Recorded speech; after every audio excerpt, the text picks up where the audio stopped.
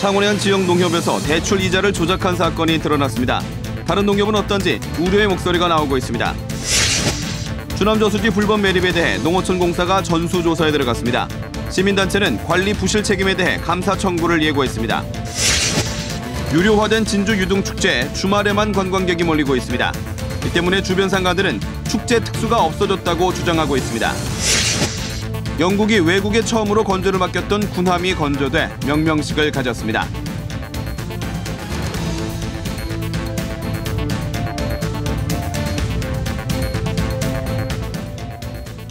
안녕하십니까. 이어서 경남 소식입니다.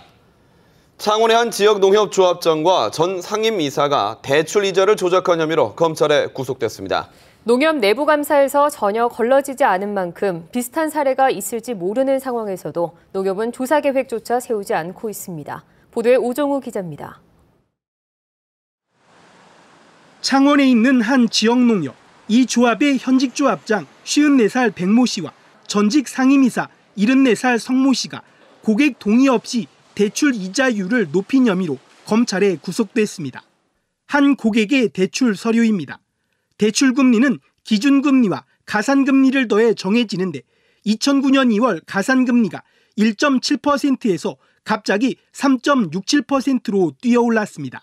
당시 국제금융위기로 기준금리가 크게 내리자 농협이 손실을 메우기 위해 가산금리를 전산으로 조작해 올린 겁니다.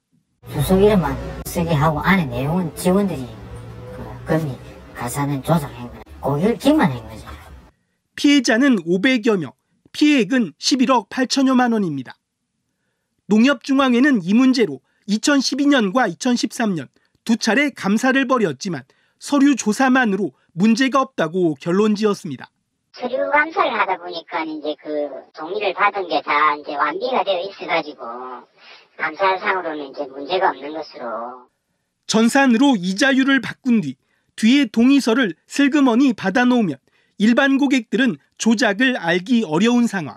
다른 농협들도 대출자, 즉 채무자는 모르고 있는 상태에서 이런 사례가 있을 수도 있지 않나.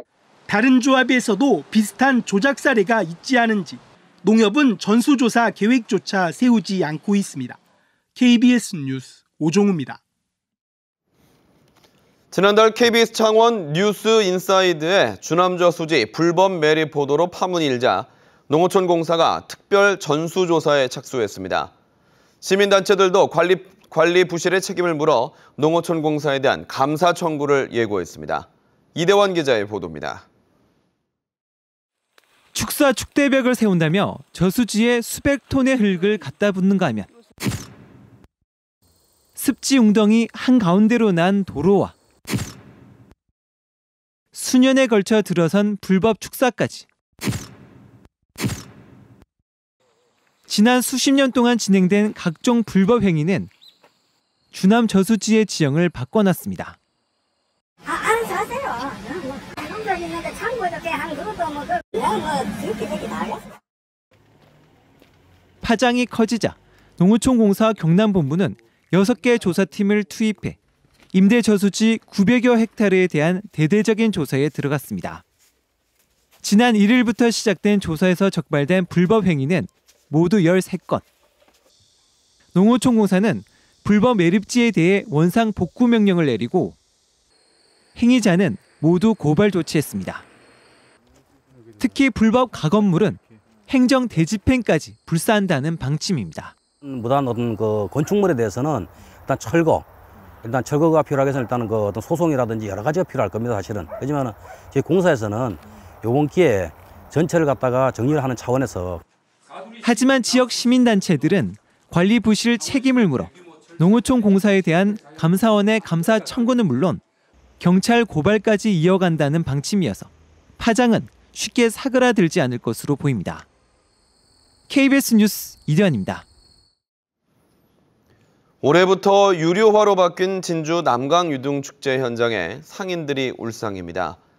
특히 평일에는 관광객 발길이 뚝 끊기면서 축제 특수를 누리지 못하고 있다는 것입니다. 보도에 송금한 기자입니다. 저녁 시간 식당 안이 한산합니다. 진주 남강 유등축제장 인근 가게지만 축제 특수가 올해는 사라졌습니다. 매출은 지난해 축제 기간 하루 매출의 3분의 1도 미치지 않습니다. 작년 같은 서로 상도 멈추어가지고 줄을 서고 막 이랬거든요. 지금은 한산하고 그냥 편하게 드시고 가고 그래요. 손님이 붐빌 것으로 예상하고 예년처럼 보조 인력을 구해놨던 식당도 실망이 큽니다. 뭐 1일 날 등축제 하는 날에 그냥 너무 싸했어요. 진짜 손님이 뭐 자리 거의 반의 반도 안 차니까 우리도 너무 황당하고. 축제장 안 먹거리 장터를 찾은 시민들도 지갑을 잘 열지 않습니다. 수수비도 못 빼게. 지금 이 시간이 장사 내린 시간인데 안 되잖아요. 하루 종일 놀고 낮에는 아예 손님이 없어요. 올해는 그냥 제가 잘못 온 것 같아요. 손님이 없어요. 손님이 없으면서도 돈도 안 써요.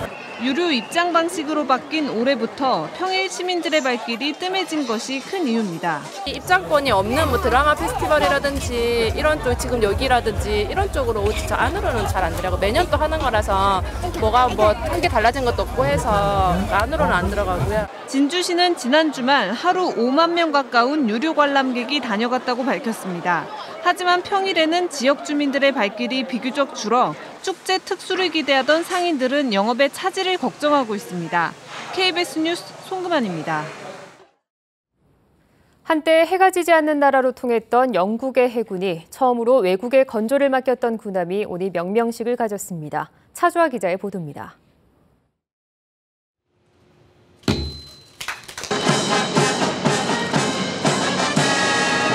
푸른 바다 위 군함 한 척이 우뚝 떠 있습니다. 전쟁터에서 전함을 지원하는 군수 지원함입니다. 한꺼번에 군함 2척에 기름을 공급할 수 있고 보조 추진 장치를 갖춰 주 엔진이 손상돼도 항해가 가능합니다. 우리나라 조선소에서 만들었지만 군함의 주인은 영국.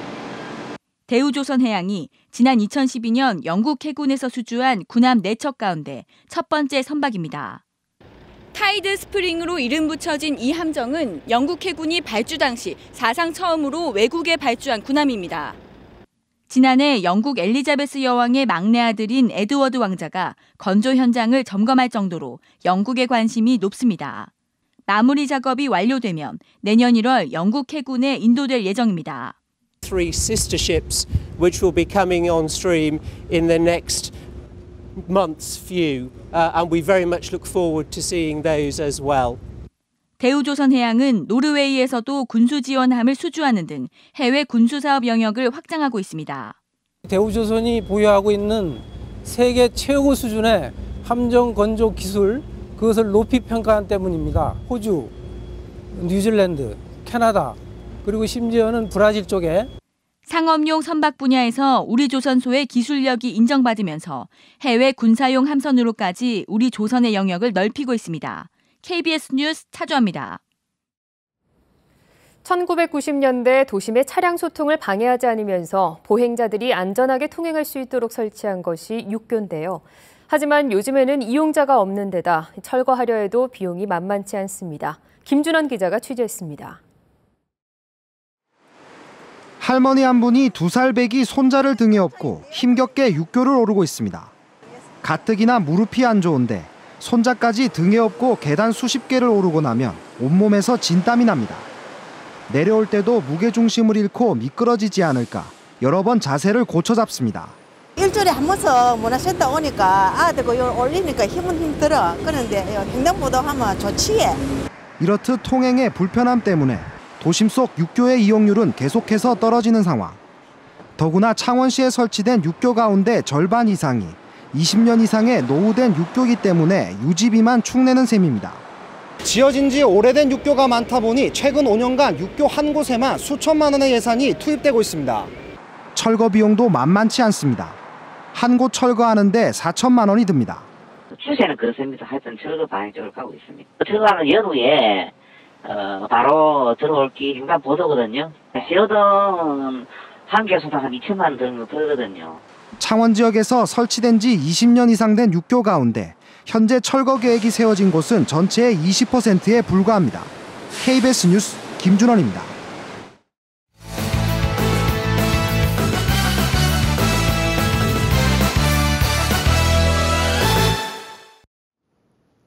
주요 단신입니다. 경상남도가 내년도 학교 급식비 지원을 위해 실무협의 개최를 요구했지만 경상남도 교육청이 이를 거부했습니다. 경상남도는 급식 단가와 식자재 구매 방법 등 급식 관련 현안을 협의하자고 도교육청에 공문을 통보했지만 교육청은 이미 홍준표 도지사 재임 중에는 급식비 논의를 하지 않는다는 방침에 따라 협의를 거부한다고 밝혔습니다. 한편 경상남도는 교육청의 수용 여부와 상관없이 전체 급식비 가운데 식품비의 31.3%, 약 303억 원을 지원할 예정이고 학교 급식에 대한 감사는 다음 달 수능 시험 이후로 미루겠다고 밝혔습니다. 경남 혈액원이 보유한 혈액량이 적정량의 절반 수준인 것으로 나타났습니다. 대한적십자사 경남혈액원은 현재 혈액원이 보유한 혈액량은 983유닛으로 적정량인 1,830유닛의 절반 수준이라고 밝혔습니다. 경남혈액원은 올해 메르스 여파로 줄어든 헌혈량이 여전히 회복되지 않아 지난해보다 보유량이 급감했다고 말했습니다. 창원 시민들은 내년에 창원시가 투자를 확대해야 할 분야로 교육을 가장 많이 원하는 것으로 나타났습니다. 창원시가 내년 예산 운용 방향을 설문조사한 결과 교육이 21%로 가장 많았고 공공질서와 안전이 14.2%, 사회복지가 13.9% 순으로 나타났습니다. 투자를 축소해야 할 분야로는 일반 공공행정 18.5%, 국토와 지역개발 16.1%, 수송과 교통이 15.6% 순이었습니다. 통영 성동조선해양이 특정 협력사에 일감을 몰아줬다는 의혹이 제기됐습니다. 최재성 의원은 국회 국정감사에서 성동조선은 지난 2013년 이후 기존 5개 중국 업체를 통해 들어오던 중국산 강판을 부산 소재 한 업체로 일원화했다고 주장했습니다. 최 의원은 이 업체 전문이사와 성동조선 경영진 과반이 한국수출입은행 출신이라며 의혹을 주장했습니다. 이에 대해 성동조선 측은 저렴한 강판을 공급받기 위한 조처였으며 특혜는 없었다고 반박했습니다. 부산고등법원 창원재판부 제1형사부는 관급사업 입찰에 편의를 봐주고 뇌물을 받은 혐의로 기소된 경남도의회 공무원 47살 유모 씨와 48살 이모 씨의 항소를 기각했습니다. 이에 따라 유 씨는 징역 5년, 이 씨는 징역 3년에 집행유예 4년의 원심 선고가 유지됐습니다. 경남도의회 사무처 소속 공무원인 이들은 도의회가 발주한 통신 전산 장비 사업을 낙찰받을 수 있게 해주는 대가로 유 씨는 8천만 원, 이 씨는 4천만 원을 받은 혐의로 기소됐습니다. 창원을 비롯해 서울과 광주에 짓기로 했던 한국민주주의 전당을 서울에만 짓는 방안이 검토되고 있습니다. 민주화운동 기념사업회는 정부가 한 곳에 해당하는 예산만 지원할 수 있다는 입장을 바꾸지 않아 서울에만 민주주의 전당을 짓는 방안을 검토하고 있다고 밝혔습니다. 기념사업회는 충분한 예산이 확보되지 않은 데다 언제까지 기다릴 수 없는 상황이어서 서울에라도 먼저 짓는 방안을 검토하는 것이라고 설명했습니다. 전 사장의 횡령 의혹과 성적 부진에 시달리는 경남FC가 감독의 거취를 논의했습니다. 경남FC는 어제 이사회에서 박성화 감독의 거취를 안건으로 상정해 성적 부진에 대해 책임을 져야 한다며 박치근 대표이사의 결정을 일임했습니다. 경남 소식이었습니다.